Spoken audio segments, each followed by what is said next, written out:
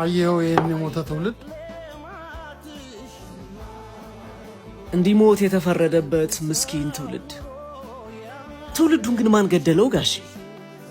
ማለት አንድ ሰው በበሽታ ይሙት በትንታ በራስ ምታት ይሙት ወይ በጥይት የገደለው ነገር ስላለ ነው የሞተው። መቼም ገዳይ በሌለበት ሟች አይኖርም አይደል? እና ይሄንን ትውልድ ማን ገደለው ነው ጥያቄ። ሰባኪው ባውደ ምሕረቱ የተማረው በየመድረኩ ፖለቲከኛው በየቴሌቪዥን መስኮቱ እየወጣ የሞተ ትውልድ ይላል። እሺ ማን ገደለው? መሞታቸውን ካመናችሁ እንዴት ገዳያቸው ጠፋችሁ? ጋሼ እርሶንም ያህል የሀገር ሽማግሌ እንኳን እንደ አባት ቀርቦ ሊመክራቸው ሳይሆን ሊፈርድባቸው ወዶ በእርሶ እድሜ ያለው አለቃ አልኮል አዘዋል ስለው ተወው የሞተ ትውልድ እኛ ጋር ባይጠጡ ሌላ ቦታ መጠጣታቸው አይቀርም ውሰድላቸው ብሎኝ እኔ እንኳን ለእነዚህ ህፃናት አልኮል አልሸጥም ብዬ አደገኝነቱን መናገር ሲገባኝ ስራ ያሳስቡኝ ዝም አልኩ። ትልቅ ሚዲያ ላይ ሳይቀር ስለ ጀስቲን ቢበር የጫማ ብራንድ፣ ስለ ዊል ስሚዝ ልጅ የፀጉር ስታይል እንደ ትልቅ መዝናኛ እየተዘገበላቸው አድዋን ስለሚያል ትልቅ ድል ከእጅ መታጠብ ቀን ጋር እኩል በአመት አንዴ እየተነገራቸው አድገው እንዴት መሞት ይነሳቸው?